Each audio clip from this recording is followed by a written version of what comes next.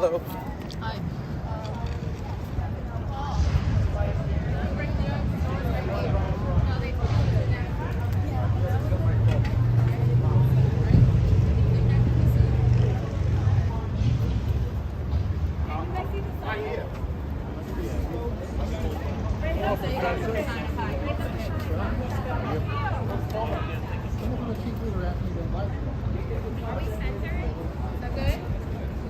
You're not a chief leader. I can't think of the chief leader without you. Peter, head up. One of those cameras. Make sure I stay right there. Drink. That's what they were trying for.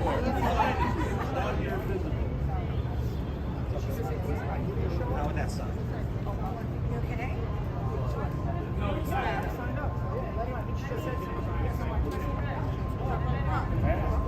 How would that sound?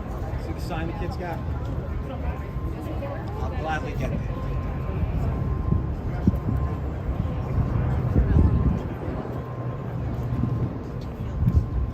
Councilmember Brothers. That sign's got to come from. It's not accurate. It's not accurate. Switches for the photo?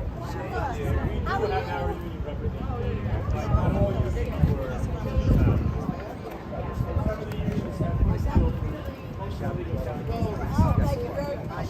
Yeah, asking Nicole to see. I know the smaller units.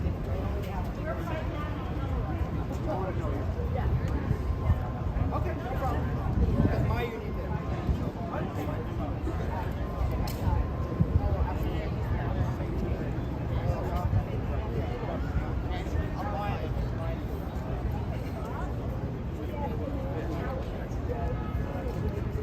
One, two, three, four, five. How's the audio? Is everyone good?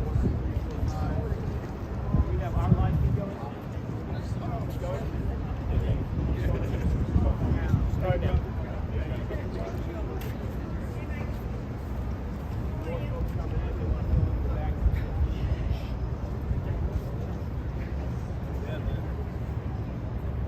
Good morning, everyone. For those of you who don't know, my name is Councilman Joe Borelli. I'm the City Council's Minority Leader and also the co-chair of the Common Sense Caucus. Jointly is the other co-chair, Bob Holden. Today we're out here in advance of the City Council's Committee on Civil Service and Labor, who decided to have a hearing on maintaining the vibrancy of our city's municipal workforce. That is happening in the same week and month that many of our city employees, upwards of 1,000 right now, continue to be either line of duty without pay as their medical and religious exemptions are pending, or are just waiting for that day to come when their termination letter comes in the mailbox. Today we are happy to be joined by so many people who are personally affected by this. Some of you might have seen our announcement yesterday. We did sit down with the mayor on Tuesday, and we had what we thought was a productive conversation.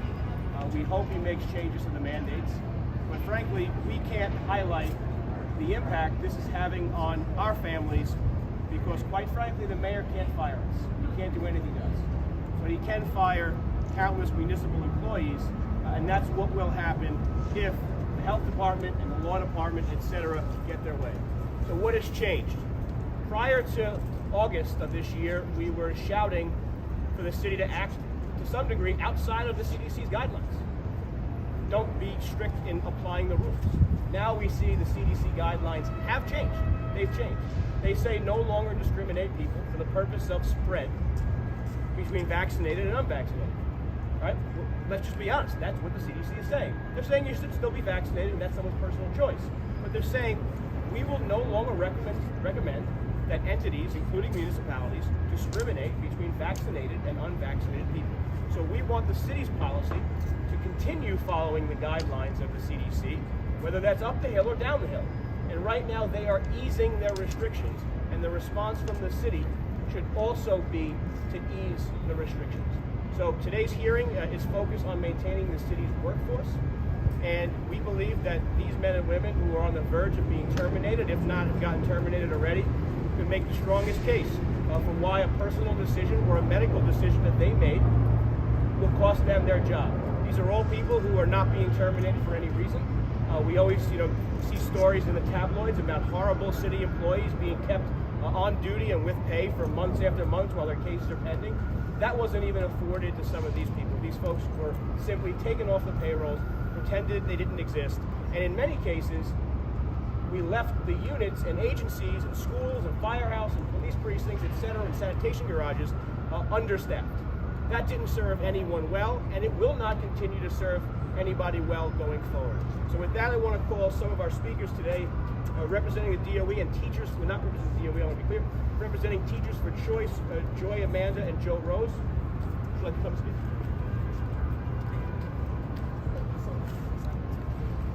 How you doing, New York? Again, my name is Joy.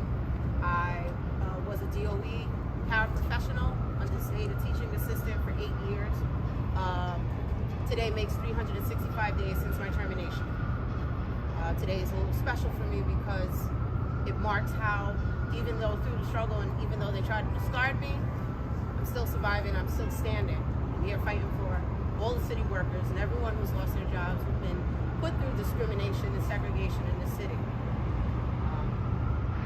Thank you to the city council who are standing up for us, who are putting themselves on the line because they swore an oath to the Constitution and to New York State to uphold the rights of the people that they serve.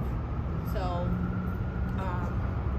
it's been very hard. I'm actually shaking right now with the idea and the thought that I gave up a passion and a dream, something that I love doing.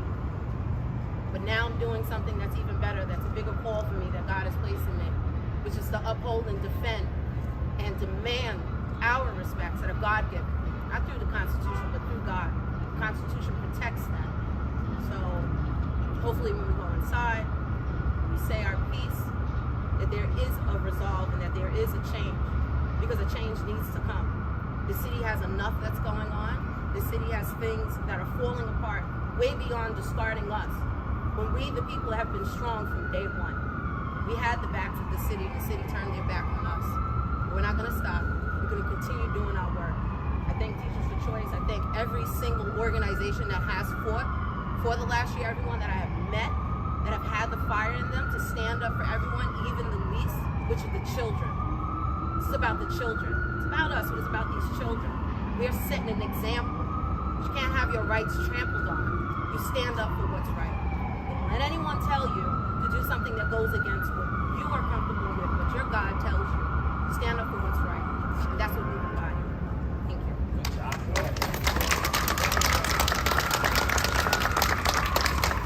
Next we'll hear from Joe Rose. Just to be clear for scheduling, all of these folks will be testifying before the committee is scheduled to begin at 1 p.m. Excuse me. The next person to speak will be Court Officer Chris Sperber. Chris Sperber. I just want to thank the council for having me, inviting me down. As you said, my name is Chris Sperber, and I am running for the New York State Assembly in District 11. I was a court officer for 4.5 years, and I became a senior court clerk, so I've been with the courts for 6.5 years. And in April of this year, I was fired for not being vaccinated. That is the only reason I am fired.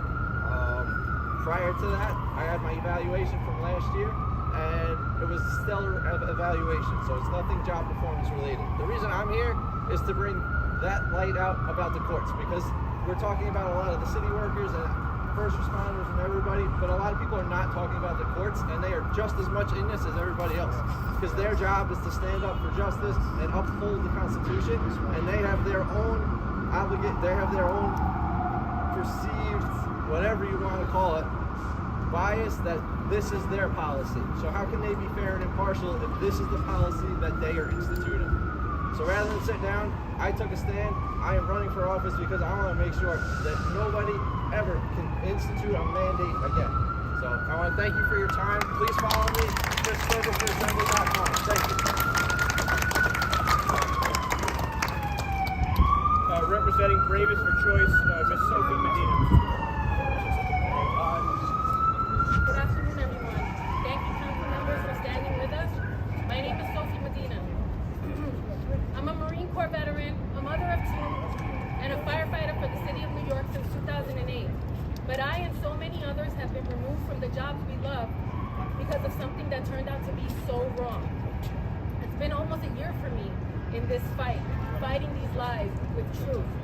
When is our mayor going to pivot and follow the CDC guidelines? When is he going to fire Dr. Lassonde and rescind all these mandates that do not follow actual science and are a stain on our city? The medical freedom fighters have been right on this issue since day one, and it's time to end this assault on New York City workers like myself and former New York City firefighter Bernadette Mejia.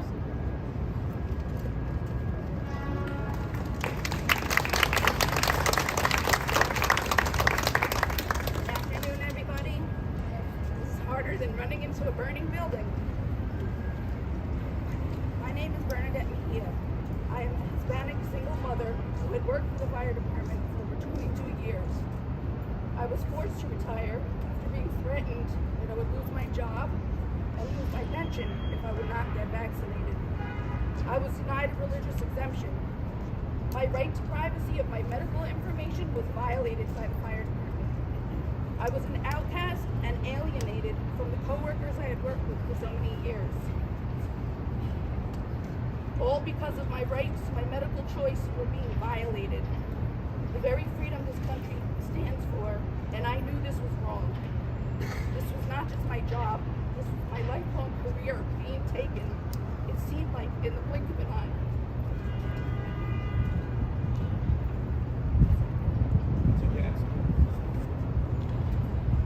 My future stability was taken from me. The future of a stable pension to provide for my family is now gone.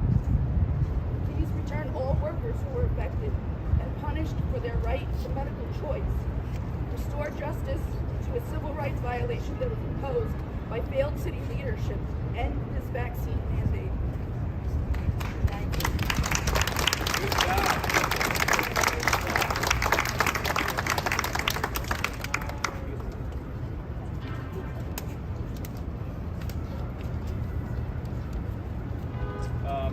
Next, we'll hear from the finest of choice, former police officer Marshall Cola.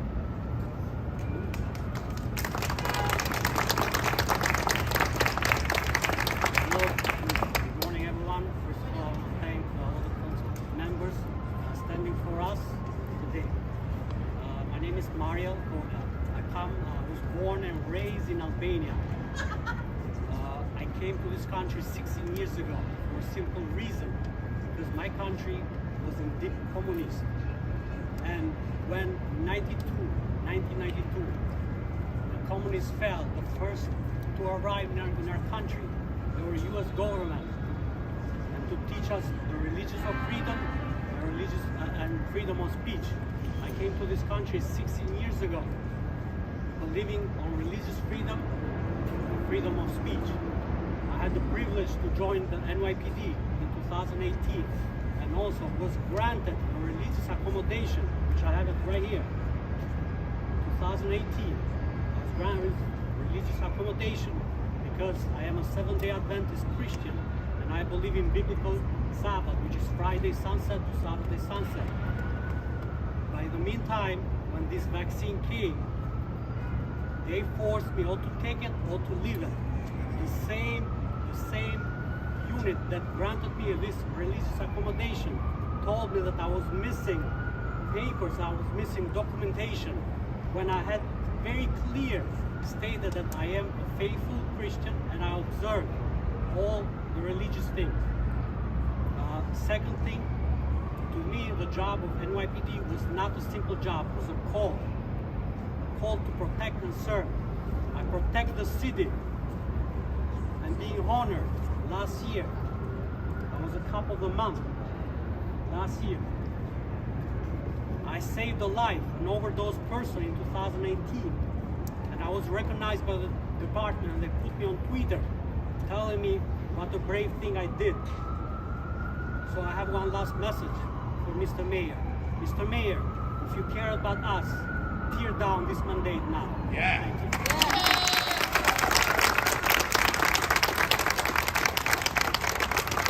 I want to point out that we are joined by the Vice President of the Uniformed Firefighters Association. The UFA has been a tremendous advocate in some of the lawsuits and some of the rallies. First we'll hear from Council Member Joann Ariola, please. Thank you, Minority Leader. Today we stand here unified. Our city has faced extremely tough times in the past few decades, from September 11th, 2001 through the pandemic of 2020. We faced many obstacles, but one thing always remained.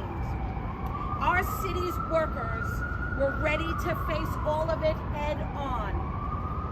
With no questions asked, members of our NYPD, FDNY, EMS were out there taking care of the sick residents of this city. Teachers were made to change course mid-school year and start to teach online to make sure that our students received the education they deserved. This was all done prior to a vaccine ever being offered or being developed. They never stopped working.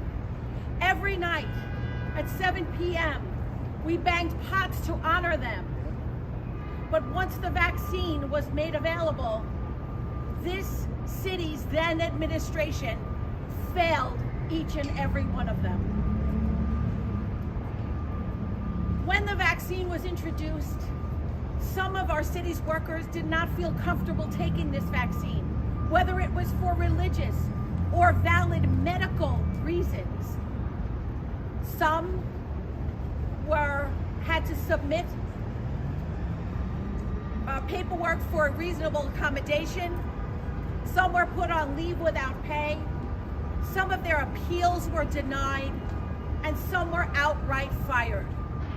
We have a new administration now who's willing to talk to us, who's willing to listen, who's already changed some of the policies.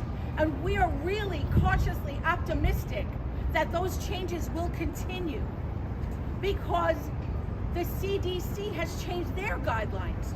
So if we're following the science and we're following the CDC guidelines, which then said vaccinations were a must, is now saying that natural immunity is just as good as a vaccine in the fight against the COVID-19 virus and its variations. So that's why we stand here working tirelessly every single day with members who are on leave without pay, members who have put in an appeal, members who have been denied an appeal, and members who have been fired, to try and reason with our new administration, our new health commissioner, and the city leadership to make sure that each and every one of these city workers who dedicated and risked their lives are put back on the city's payroll. Thank you. Thank you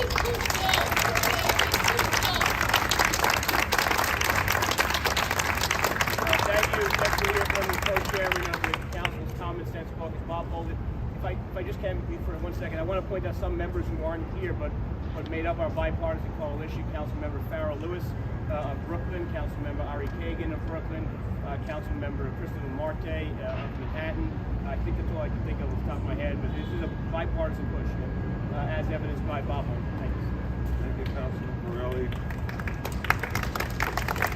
Mr. Mayor, it's time to put New Yorkers back to work.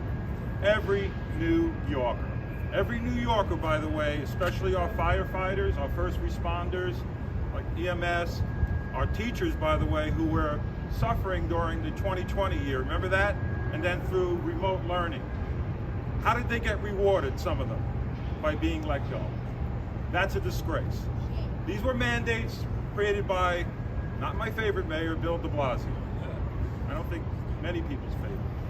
And it's a shame that it's being carried forth in this administration. We did speak to the mayor. He's listening, we think, we hope. But again, it's a different time than 2020 or 2021. The CDC just released information that COVID-19 does not present a serious threat of illness or death or hospitalization. So what more do we need? Remember when we were told to follow the science? Remember that?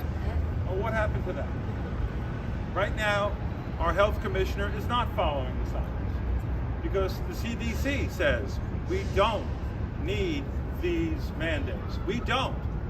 The MTA, the governor just announced, do away with masks on subways and buses. What more information do we need? We need to go back to work. New York has to go back to normal, and normal is everyone working.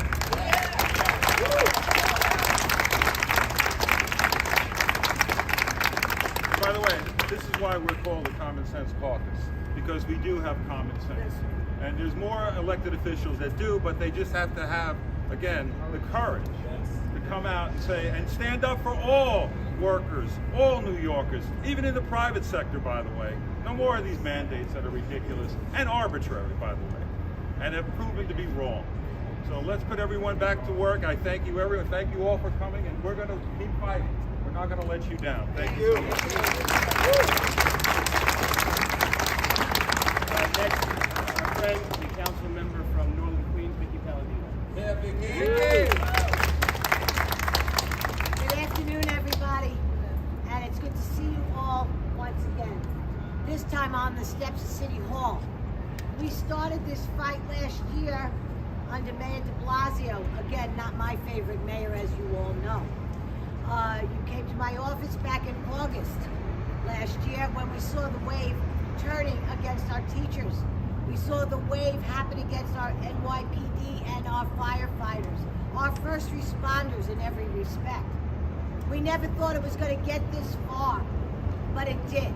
People have lost their jobs. I think what was most terrifying for me was when I heard from my teachers that they were not allowed to seek employment once they were given leave without pay. So they were actually told they cannot go out and look for a job and put food on their table. That just astounded me. We are now in the year 2022. It's time to put these people back to work and to echo what we've heard here again and again and again. These are the faces of New Yorkers that we have behind us, our everyday people, the people who get up every morning and do their job. They ran into the buildings when they were burning in the summer of 2020, and this is how they get rewarded. It's not right. Our police officers, they too, in the year 2020, were out on the streets with the rioters. This administration that we have now, I too hold very high, with high hopes that they will recognize what is going on. This is based on the new CDC guidelines. It is time to turn things around. It is time to put these people back to work. And let's get New York back to normal. It's old, it's not new. Get them back to work. Let's get the city back to normal. And this is it, folks. We're going to deal with this. We are together on this. This is bipartisanship. And we have the mayor, and we have his ear. And I trust that Mayor Adams will do his damnedest to see this be turned around. So thank you all very much.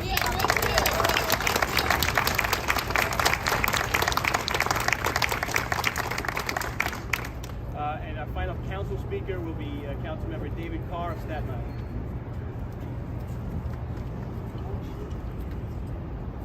Good afternoon, everyone. All throughout the pandemic, we were rooting for the development of a vaccine because we were told over and over again that if we wanted things to go back to normal, we needed there to be a vaccine. Well, the vaccine came, and perversely, it's now being used to stop people from getting back to their normal lives and keeping them from their jobs. The reality is that the vaccine mandate was never necessary. There was always an alternative for testing in order to keep people safe in their workplace if folks were not willing to get the vaccine. No one should ever be punished for a personal medical decision that they feel that they think they need to make. Whatever that reason may be, whether it be religious, medical, or otherwise. And this is supposed to be a labor-friendly town. Imagine terminating workers, public employees, who did nothing wrong on the job. This is supposed to be a labor-friendly town, and we've seen thousands of city workers put on leave without pay or terminated because of a personal medical choice. And that's a travesty. That's a shame. It should never have been. It should never have been for the private employees who are also facing a mandate. These mandates need to end. They should never have started. They should have been ended months ago, and they need to end now. And that's what I'm hoping that Mayor Adams will do in the coming days. I have a lot of faith in him. He listens to us. He has an open mind, and I'm hoping that he'll make the right decision by the many who unfortunately have been kept from their jobs. Thank you.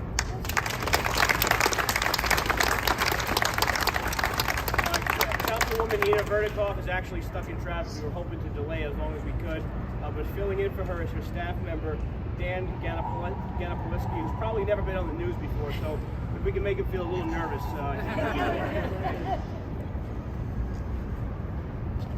Thank you. Good afternoon, everyone. Thank you for coming. My name is Daniel. I'm going to be speaking on behalf of Councilwoman Inna Vernikov, who unfortunately couldn't make it here today. After the CDC changed their guidelines to say that having had COVID has the same effect as being vaccinated, keeping to enforce a vaccine mandate defies all logic and common sense. You can't expect people to continue to have trust in their government if they continue to impose unreasonable restrictions. We have thousands of New Yorkers losing their ability to make a living because they want to take a vaccine that they didn't have to take in the first place. The city doesn't even know if we still have a pandemic or if we are in a state of emergency. We ask that termination of employees who didn't vaccinate be placed on hold immediately, and we ask for an end to mandates so people can go back to work. Thank you.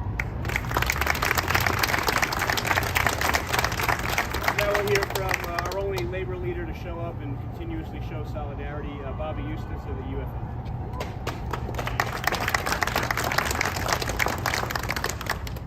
In just 2 days, we're going to celebrate the 21st anniversary of 9/11. And the mantra is always said to never forget. And there are employees of ours who haven't been receiving a paycheck since November.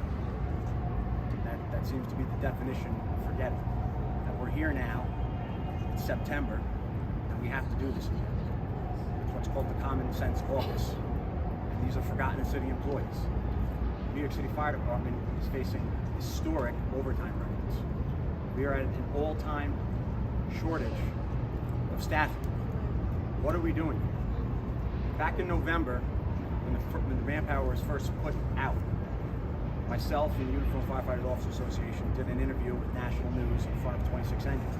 And I was mocked by a national news source when I said if you really cared about the public, you would test. Colin Powell recently passed away, and I said if you went to work and you were vaccinated and you were unvaccinated, the unvaccinated member who had COVID and the vaccinated member who had COVID, one would go home and the other who had COVID would go to your home and give you COVID. She mocked me, said I don't know what I'm talking about. Well, the CDC just told everybody that I didn't know what we were talking about, and we all know what we're talking about, that you could be vaccinated and you could have COVID and you could go into your home. Turns out that if you don't know, the city of New York did test everybody for 1 week. Cost over $500,000. They didn't want to spend that money. So they really didn't care about it. That's the truth. If they really cared about your safety, they would have paid the money to keep testing. But instead they relied on the vaccine, and they spared and they cut these workers out, and they didn't care about their families or anything else. So we're here to say, can we end this nonsense? Can we put these people back to work? Can we stop disrupting lives, their lives, New Yorkers' lives? Get back to common sense, get back to the work. Can we never forget? Please.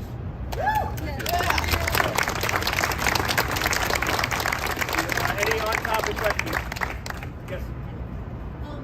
How did you leave it with Mayor Adams? Are there other meetings planned? And did you bring up the private Yeah, mandate so as well? the case has made very clear that we are the only city or state that has a private sector mandate, meaning that 50 states and every large city look at the same data, and only Dr. Chokshi at first, and now Dr. Vassan, came to the conclusion that we need a private sector vaccine mandate. So either we're not really following the best data, or we have the most incredible health commissioner on planet Earth who knew something that no one else knew. So. And then how did you end it with Mayor Adams? What's next? Are you hoping to hear any? Yeah, we're hoping to hear. We're hoping to hear. Like I said, we're optimistic.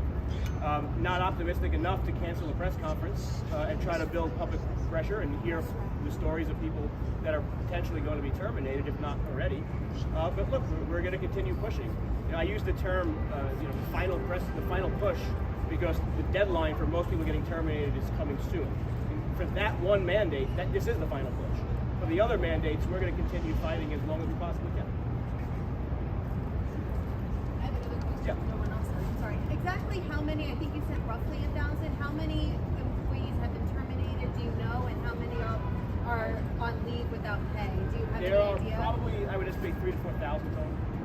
Between being terminated and The between. exact number of each, I couldn't tell you because it changes every day. I can give a little on numbers. Yeah. At this point, we're at over 2,000 educators are fired now in two separate ways. But after this second wave, we're over 2,000. And amongst the other agencies, it's between 400 to 500 in total. And those numbers We never want to step could be anyone's going up. toes, but we cannot be giving unofficial numbers. Got it. I want to be clear. We're not going to give numbers that might not be true. But we also say that the coercion is still ongoing. So people are still being coerced to get vaccinated even now. So, for example, August 22nd, I have a letter dated from the Department of Education still telling me if I want to get my job back, go and get vaccinated. Even after That's mostly what people are facing. Right? And just one other point, that doesn't even take into all the early retirements, all the people that left New York, all the people that left their careers. That's in the thousands. We don't even, we There can't are even people tabulate that. As an option, took a retirement package. Yes. And those people probably have limited to no chance of coming back should they choose to and resuming the pension. Final question, because these people have to actually go inside and register for. I just wanted to point something out. It's not only termination. There's a lot of people that are putting their papers in to retire, to vest out. This is my jersey here. Take a look. That's exactly what's going on. They're doing that to save their hard-earned pensions. So that's another thing I just wanted to clarify. And people with pending cases are actually being treated worse than people accused of molesting kids in the school. I mean, I want you to consider that they're being put out line of duty without pay. If you're accused of a heinous crime in a school, maybe not a crime, you might be arrested at that point. But if you're accused of anything but a crime, doing things inappropriate with kids in a public school, you're in a rubber room and you get paid every day. So this is worse than that. So it's tough. But thank you guys, appreciate it. Thank you. Thank you.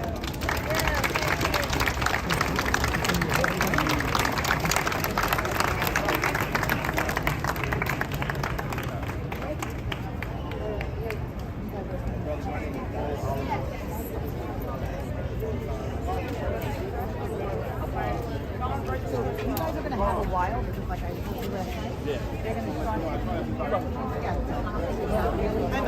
I'm Maria.